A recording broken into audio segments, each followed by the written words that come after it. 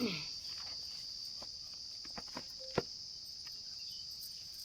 बोला तो आज दीदी बहनी है कौन सा गीत लेके आया है? कजरी गीत। तो का गाँव का है? आज अपने दीदी बहनी हरन का सुनबू? कांवरिया कजरी गीत।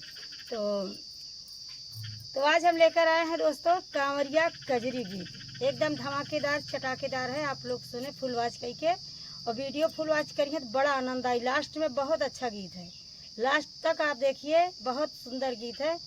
तो ले चलती हूँ आप लोग को कांवरिया गीत पर। तो दोस्तों बताना हमारी दीदी का चश्मा कैसे लग रहा है आज? एकदम धमाकेदार। चश्मा भी नया है दोस्तों, साड़ी थोड़ी पुरानी हो गई है पर दोस्तों चश्मा तो नया है, लेकिन बताइएगा जरूर। हरी हरी साड़ी हमें लाई दे भोला सावन में झूलब झूलनवाना। हरी हरी साड़ी हमें लाई दे भोला सावन में झूलब झूलनवाना। सावन में झूलब झूलनवाना। साड़िया पहिरे गौरा मानी जाऊ हमारी बचनियाना। साड़िया पहिरे गौरा मानी जाऊ हमारी बचनियाना। हरी हरी साड़िया पहिरे के गौरा पीसी दियो सिलिया पे भंगियाना। हरी हरी साड़िया पहिरे के गौरा पीस दियो सिलिया पे भंगियाना। हरी हरी साड़िया मलाई दया भोला की सावन में झूलब झूलनवाना। की हरी हरी साड़िया तू लाई दया भोला की सावन में झूलब झूलनवाना। हरी हरी साड़िया पहिर के भोला परी जइयै भंगिया के दागियाना।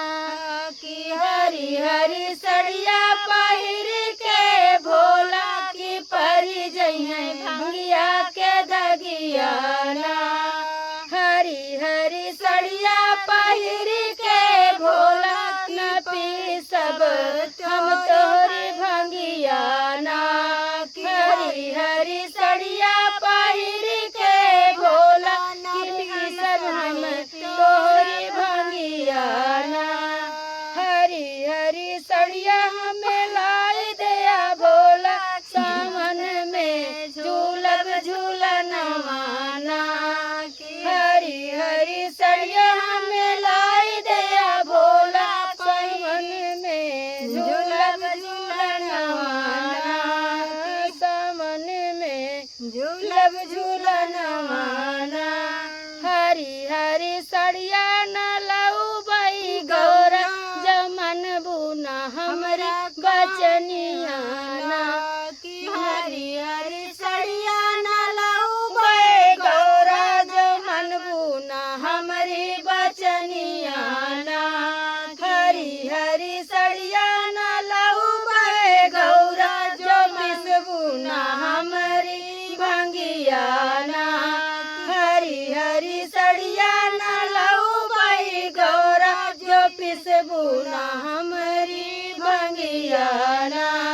हरी हरी साड़िया हमें लाई दया भोला सावन में झूलब झूलनवाना।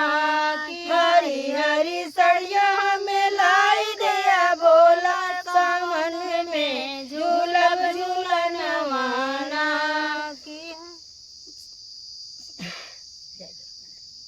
एक कड़िया